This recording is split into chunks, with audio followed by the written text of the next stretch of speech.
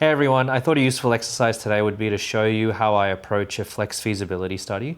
So if you're thinking of setting up your own co-working business or you want to understand what it could mean for your own building, if you're an asset manager or owner, and you wanted to commission or get someone like me in to look into that in detail, before you even get to that point, I think it'd be cool for you to understand, some of the basics or even how an expert like myself or whoever you get involved would approach it. Right? Because then if you understand that process, it means you can ask the right questions, you can stay involved in it, and rather than just get this detailed report at the end of the process, after they disappear for a couple of weeks, you can kind of maybe, add some color or direction to how they produce that piece of work.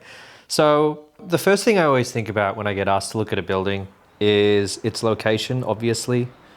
And the reason why the location is important is because you want to look at your surrounding competitors,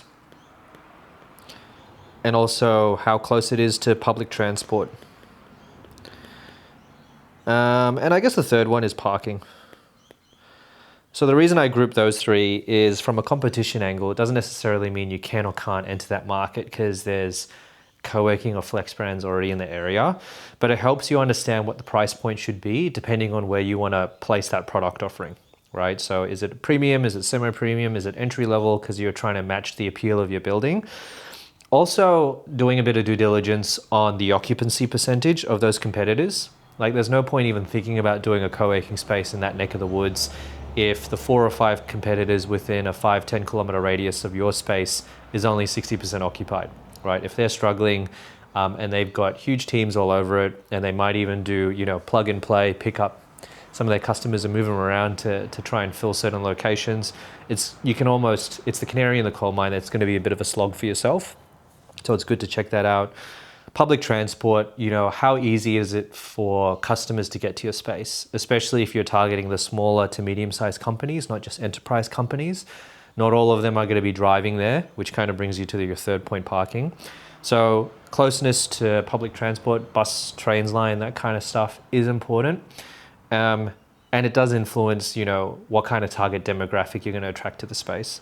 And then parking, if you can get car parks from the owner, or if you're the landlord and you're willing to set aside a few of those for some of the larger customers, maybe in the flex space, that's always good. Personally, as an operator, it's not always the best idea to pay for X amount of car parks ahead of time. It's generally a good see how you go. Like who wants a car park space with their membership, or if they're a larger enterprise client, how many of those do they need to close that deal? Those are the kind of things that you want to look at. Now, in terms of like the floor and building, depends. Like, is this an existing building, or is this a new development?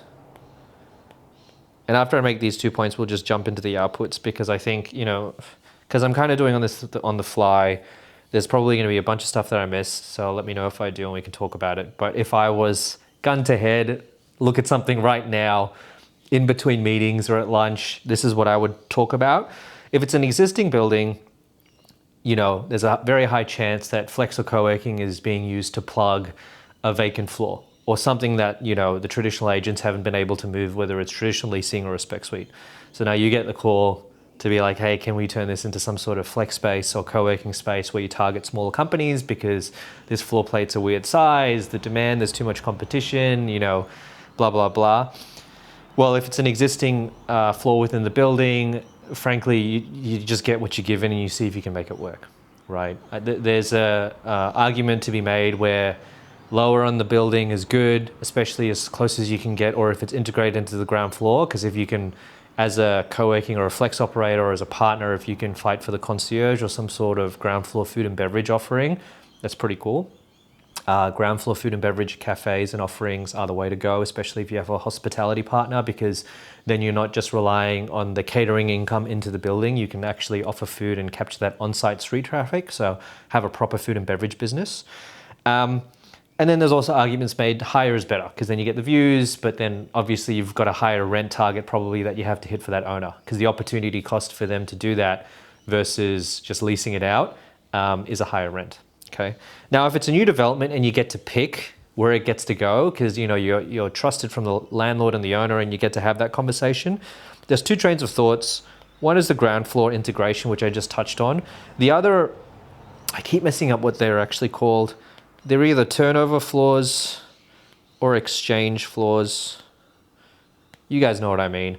It's kind of like if you've got a big building and there's different lift cores, right? And you've got a floor in the middle so that the low rise, the mid rise, and the high rise can access that floor. I personally think it would be awesome to get that floor and turn it into a flex or a co-working space that is a bit of a destination for all the tenants, right? Because then it's not just we go to that floor to exchange the lifts. It's almost like we'll go to that floor, yes, if we need to visit different parts of the building, but then there's an experience waiting there for us. There's also useful amenities waiting there for us. There's a concierge that's going to help brighten our day if they're trained properly, right? I think that's really important. But also, if you would like to take advantage of the tenant community in the building, having stuff in the ground floor isn't the best idea when you think about it practically, especially in larger assets, because who from the top floor is going to make the trip all the way down to the ground floor, have to change over if they need to use your meeting room or some of your flexible spaces, or even like the communal areas where you can have informal meetings, like if you've got a work cafe or something in there. It's a bit of a headache, right? Versus it being on let's go with the word exchange, not turnover. I'm pretty sure it's exchange. Versus an exchange floor makes it a lot easier. So then you're kind of sharing that journey for each of them. So food for thought. Now we'll go to outputs. Generally, when you think about a flex feasibility study, there's three outputs that you should be getting out of it, whoever you work with. Well, the three that I kind of really focus on, if I were doing one for you, is one is I moved this a bit, sorry. The product positioning. The second one, I'll space these out so I can add some thoughts here, is the layout. And then the third is the financials. And all of them combine to become your business case. Collectively, they need to form some form of business case or narrative, because the reality is, whoever you are, if you're engaging a flex feasibility study, you're going to take it internally and present it to a group of stakeholders, or it's even something for you to consider to even go on this journey to have these conversations to see if flex or co-working works for you. It needs to be almost like a bit of a nicely packaged white paper to get approval, whether it's your own or with a group of people internally, right? So think about it that way. Like, don't just go and get a flex feeso for the sake of will it work or not. Is that third party going to package it up nicely for you so you can present it, tell a story, show the pros, show the cons, what does it look like, what does it mean, what are the next steps? Product positioning, number one. I'll actually number these so I can speak to them easier. Like, what's the brand? What's the audience? Right? Brand might be an easy answer because you might want to put in an established third-party operator that has an existing brand, right? But a lot of landlords and investors right now are very curious to explore what a brand would look like if they created their own. Because if they have a brand, whether it's across their portfolio for that particular building, it promotes loyalty, right? And it also can be tailored to fit the brand for the building, and also fit the demographic of their tenants, and also put stuff in that space that their tenants need, right? Not necessarily something off the shelf. Audience is the second one. How are you going to position it? Because what's your target demographic? Now, this one's really interesting because it's not just, premium, semi-premium, entry level. Those are the audiences, anyone with a pulse. I actually think there's a huge market. I'll fit this here. I didn't write that properly. For niche audiences, especially if you're going in the smaller style flex or co-working space. I'll write here, I actually think the future of co-working and flex is less than 2,000 square meters. I'm pretty sure it's that way. Yeah. Less than or equal to. That's right. It's less than, because the alligator eats not the number, but the other side. If you get that reference, then you're from my generation. The alligator's not eating the number if it's less. The alligator's eating the number if it's bigger than. So less than or equal to 2,000 square meters is the alligator eating the left-hand side. Great. So I actually think it's going to be less than that quantum, because at the end of the day, flex businesses are variable income. So if you get bigger than 2,000 square meters, it gets riskier as a business. And we're living in an office world where there's a bit of risk attached to variable income style models. So the last few deals I've done on behalf of landlords and owners, they've all been 1,200 to 1,500 square meters in size, a couple just below 2,000. Whereas if you spoke to me 5 years ago, I did a couple of 3,000 plus square meter deals, right? So market's definitely changed. Now, to the point of niche, if you're going smaller, is there an opportunity to build co-working spaces that target certain industries, right? Could it be medtech? Could it be biotech? Could it be artificial intelligence? Could it be some form of blanket industry where you want to create a community of customers that want to use your space for certain reasons, right? I still think certain markets are really, begging for some form of content creation community, whether it be corporate content, digital content, whatever. Because when you think about it, if you identify a niche community, especially for the smaller spaces, you can put certain amenities and bookable spaces that help them out, right? And then it starts becoming a bit of a makerspace. Like for a content creator community, it could be media studios, podcast studios, lighting rooms, all that kind of stuff, right? If it's medtech, biotech, maybe there's certain research or experimentation rooms or stuff that they can do. If it's like a very easy one, if it's targeting law firms, you need your war rooms that have plenty of spaces for them to put files and all that kind of stuff, which are hyper secure. Even the floor plan might be changed, so certain rooms you can't even access unless there's intention to access them from a customer journey perspective. So they're super secure. When it comes to those types of customers, you got to design it in a way where they feel like they can actually do certain bodies of work in there.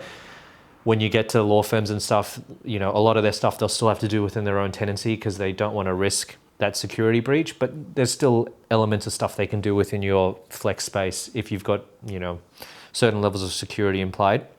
So think about that. I think niche is going to be interesting in this market. So the product's interesting, right? That's one. Layout, you're going to get your bubble diagrams and then your test fits as well. It depends on how much detail or how quickly you need them.